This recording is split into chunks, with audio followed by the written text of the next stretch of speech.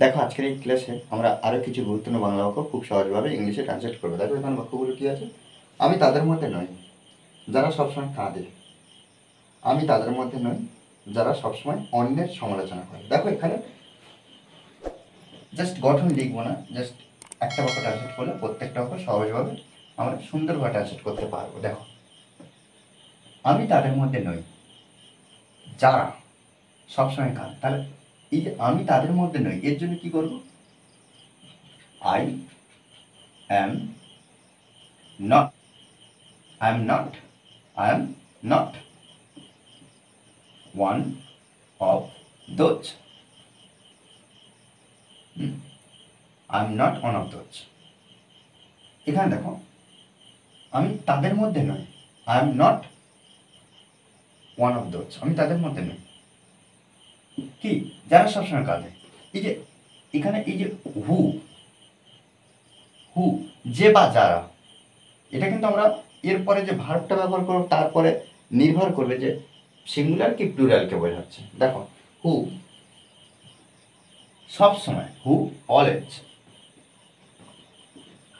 হু always, always. এবার দেখো এরপর আমরা ভার্ব ব্যবহার করব, হু অলওয়েজ, হ্যাঁ যারা সব সময় কি কাঁদে, ক্রাই। ব্যাস, হু অলওয়েজ ক্রাই, যারা সবসময় কাঁদে। দেখো ভার্ব, যে ভার্বটা ব্যবহার করবো সেটা কিন্তু V1 প্রেজেন্ট ফর্ম। তাহলে এখানে কি হলো? I am not one of those who সবসময় অলওয়েজ ক্রাই, কাঁদে। ওকে, আমি তাদের মধ্যে নই যারা সবসময় অন্যের সমালোচনা করে। তাহলে এখানে আমরা লিখতে পারি কি? আই অ্যাম দোজ কি যারা সবসময় অন্যের সমালোচনা করে। তাহলে এখানে আমরা হু অলওয়েজ, হু অলওয়েজ যারা সবসময় কি করে না অন্যের সমালোচনা করে। এই যে সমালোচনা করা, ক্রিটিসাইজ, ক্রিটিসাইজ, অলওয়েজ ক্রিটিসাইজ কি অন্যের বা আদার্স। ওকে, আদার্স। আমি তাদের মধ্যে নই যারা সবসময় বাজে বকে।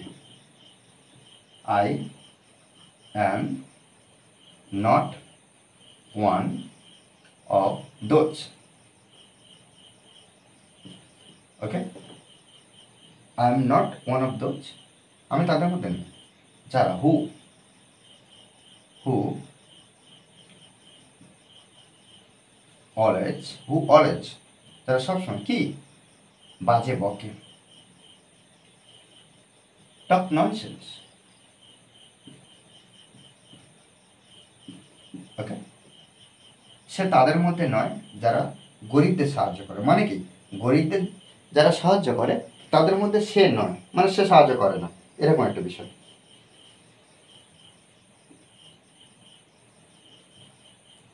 আচ্ছা, প্রথমে আমরা সে অর্থাৎ he, he is, is not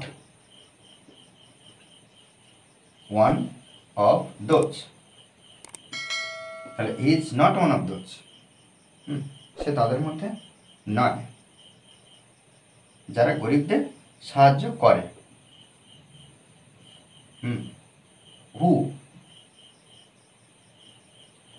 হু যারা হেল্প, হেল্প দ্য পুয়ার। ওকে, দেখো এইভাবে কিন্তু আমরা প্রত্যেকটা বাক্য সুন্দরভাবে ট্রান্সলেট করবো। আমরা একটু বুঝে নেব, তবে কিন্তু ইংলিশে ইমপ্রুভ করতে পারবো এবং নিজেরাও ইংলিশে লিখতে পারবো। শুধু মনে রাখতে হবে যে প্র্যাকটিস, প্র্যাকটিসের বিকল্প কিছু নেই। ওকে, আর এই ক্লাসটি যদি ভালো লাগে অবশ্যই লাইক করুন স্যার। আর যারা এখনো পর্যন্ত এই চ্যানেলটি সাবস্ক্রাইব করেননি তারা অবশ্যই চ্যানেলটি সাবস্ক্রাইব করে পাশে থাকবেন। Okay, thanks for watching this video.